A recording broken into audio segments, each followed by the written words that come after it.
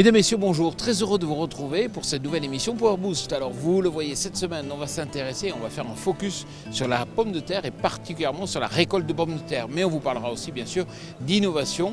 Mais sans plus tarder, je vous invite à retrouver le sommaire de cette nouvelle émission Power Boost.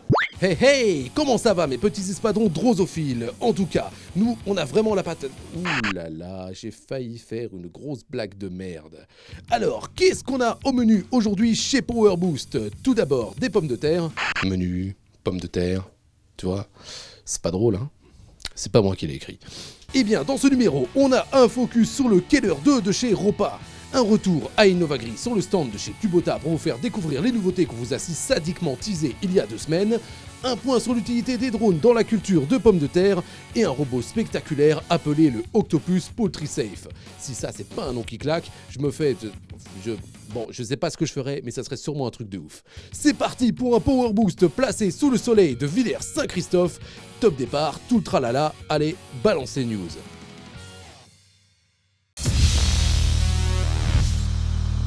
Les robots agricoles n'étaient pas présents en nombre lors du dernier Innovagri. Cependant, les visiteurs ont pu découvrir pour la première fois sur ce salon un nouveau robot désherbeur, baptisé EcoRobotics.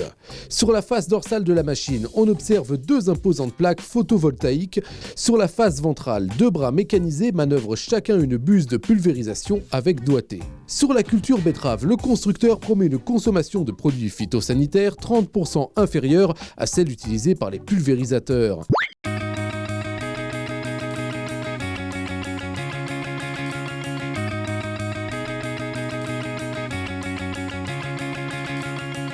Julien Carrière, bonjour. Bonjour. Alors vous êtes directeur technique et gérant de Ropa France. Alors c'est vrai que Ropa c'est une belle histoire et puis aujourd'hui vous êtes présent à l'échelon mondial. Et oui, donc Ropa avant tout c'est une société familiale en Allemagne qui était faite par monsieur Hermann Pintner qui était agriculteur et concepteur avec un don pour la mécanique en 1986. Et 30 ans après, c'est plus de 200 machines, c'est sur 17 hectares. Et deuxième plus gros groupe mondial dans la betterave. Ropa a également une politique de développement de filiales. Ropa France c'est la première filiale du groupe, créée en 2000. Et aujourd'hui on représente 40 personnes avec 45 millions d'euros de chiffre d'affaires. C'est ce qui a permis d'implanter un très bon service avec une politique de pièces détachées, de service auprès de nos clients. Et puis une des machines que vous mettez en avant sur ce salon, c'est la Keller 2. Et oui, donc Ropa depuis 2012 a racheté un constructeur allemand WM. On est reparti de zéro pour concevoir une nouvelle machine, 2 rangs et 1 rang, avec les mêmes bases et la même innovation que dans le pôle betterave chez Ropa. Julien Carrière, merci beaucoup. Merci également. Et puis je vous propose qu'on aille découvrir cette machine au champ. On y va.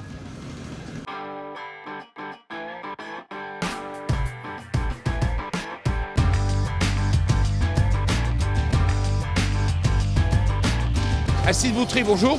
Oui, bonjour. Alors, vous êtes sur le service technique en fait pour la pomme de terre, vous êtes spécialisé là-dedans. Les conditions sont plutôt bonnes. Oui, relativement bonnes. Effectivement, il faut irriguer pour pouvoir arracher dans de bonnes conditions. Mais ici, sur Potato Europe, effectivement, on arrive à arracher dans de bonnes conditions. Alors, nous sommes sur la Keller 2. Dites-moi un peu les points forts de cette machine. Donc, ce qui va nous différencier particulièrement de la concurrence, c'est qu'on va avoir une machine qui est à entraînement totalement hydraulique. C'est-à-dire que notre prise de force va entraîner un groupe de pompes. Et les pompes entraîneront des moteurs hydrauliques qui entraîneront les différents organes de la machine en fait. Alors c'est vrai qu'on constate que le silence est particulièrement impressionnant. Oui, c'est l'avantage d'avoir une machine entraînement hydraulique. Ça nous permet d'avoir un régime de prise de force relativement bas. À partir de 650 tours minute, notre machine peut tourner à 100% de sa capacité. Et ensuite, le fait d'avoir des moteurs hydrauliques, ça permet de diminuer tout ce qui est arbre et axe de transmission qui traverse la machine. Du coup, ça nous diminue au niveau de l'entretien et ça permet d'avoir une cinématique de machine plus simple et plus aérée.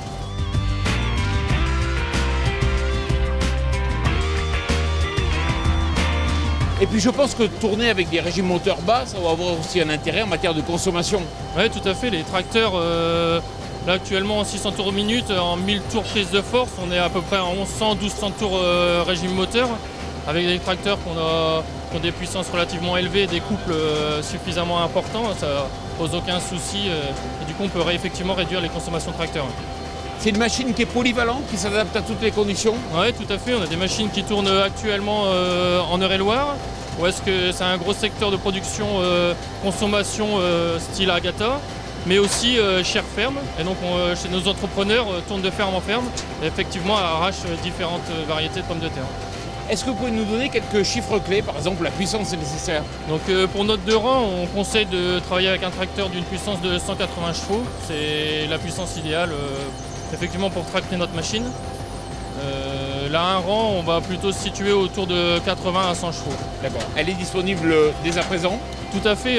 Cette année, l'usine a construit 50 machines. L'année dernière, on avait une presse-série de 15 machines.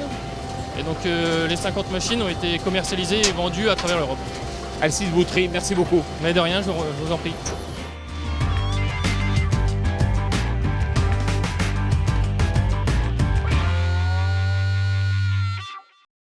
Alors à présent, on va s'intéresser aux tracteurs. Vous le savez, la semaine dernière, nous étions à Innovagri et on va vous montrer une innovation en matière d'électronique embarquée.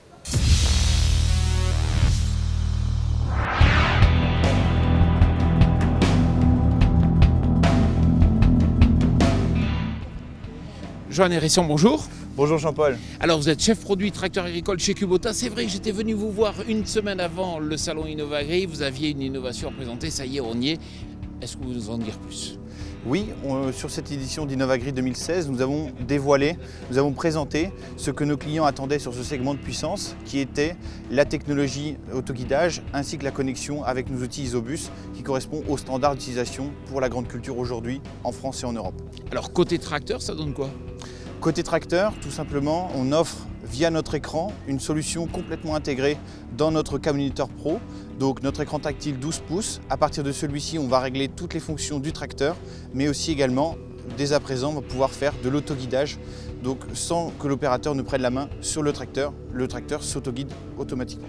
Et avec quel niveau de précision? On va avoir deux types d'offres, donc une offre avec une précision de 20 à 30 cm. Il suffira d'acheter donc le kit autoguidage au moment du montage et ensuite on pourra utiliser librement, gratuitement le signal en correction EGNOS. Ensuite, on aura un deuxième niveau de précision, donc on appelle le niveau RTK. Donc le niveau RTK qui sert lui à faire des travaux par exemple plus précis comme le semis ou le plantage, binage de pommes de terre ou binage de maïs. Et donc là, on va avoir l'équipement au moment de l'achat du tracteur et ensuite on aura un abonnement annuel qui sera variable en fonction de l'utilisation du client. Et côté outils? Côté outils, on a également une connexion de ce GPS avec nos outils parce qu'aujourd'hui Kubota, c'est des tracteurs mais aussi également toute une gamme d'outils attelés. Et là, on retrouve juste devant nous un tracteur par exemple équipé d'un pulvérisateur sur lequel nous pourrons faire via l'Isobus de la coupure de section mais aussi également de l'apport localisé que l'on appelle le variable rate chez Kubota. Alors le mieux c'est d'aller l'essayer. On y va.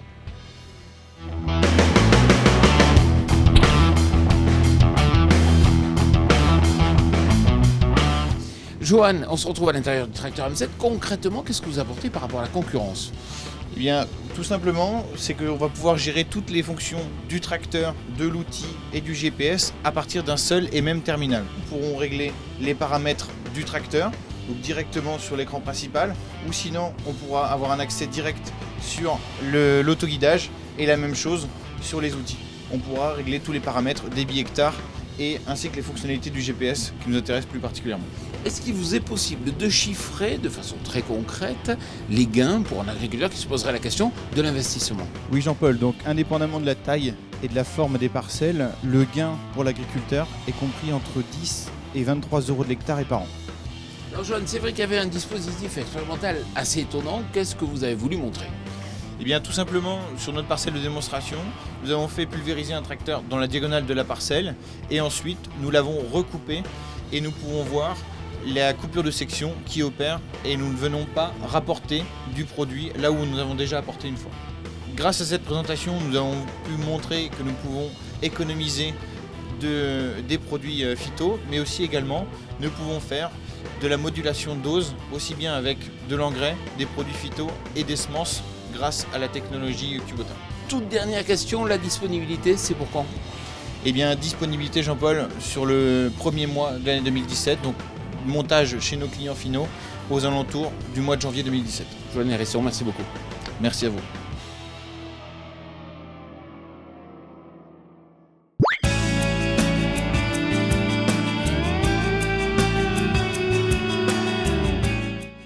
Ça y est, bonne nouvelle, on en est sûr, le pilotage de la fertilisation azotée à l'aide d'un capteur et d'un drone, ça marche aussi sur pommes de terre.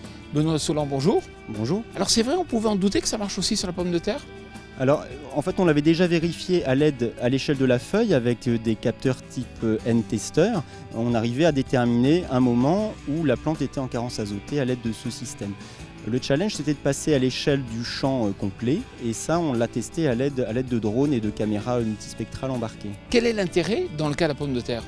Alors l'intérêt du drone pour la pomme de terre, c'est de passer à l'échelle de la parcelle. Donc on peut notamment caractériser la variabilité spatiale des déficits en azote et adapter la fertilisation plus finement.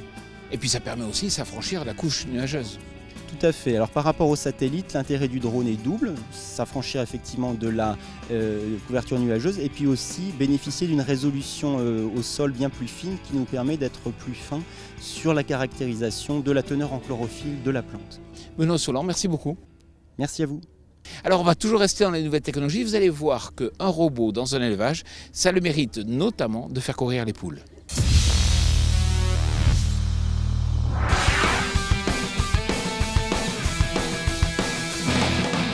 On vous présente le robot PoultrySafe, développé par la société Octopus Robot, spécialisée dans la décontamination de bâtiments de gros volume. Cette machine étonnante était présente au Salon Space et se destine à l'aviculture.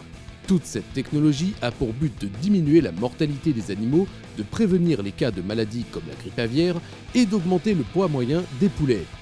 Donc le robot Octopus PoultrySafe est bardé de capteurs de température, d'humidité, de CO2, d'ammoniac, des capteurs de vidéo thermique, de monitoring, de caméras de profondeur, de stéroscopie qui nous permet de qualifier statistiquement l'augmentation du volume des volailles.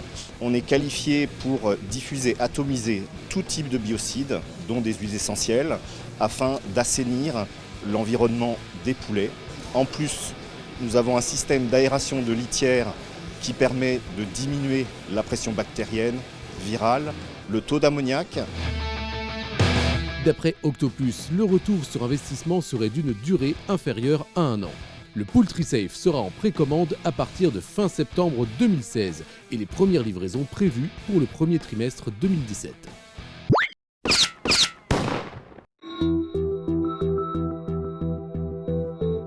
Alors tout l'environnement para-agricole des années 90 a évidemment fortement infantilisé les agriculteurs, que ce soit vis-à-vis du marché avec la PAC pré-92 qui était complètement déconnectée du marché et qui mettait un peu des frontières, des barrières, et puis tout l'environnement para-agricole, tout je dirais l'environnement, centre de gestion, banque, etc. qui a dit ne vous inquiétez pas, on gère à votre place, et aujourd'hui on s'aperçoit qu'on n'a plus aucune autonomie de gestion ni de pensée.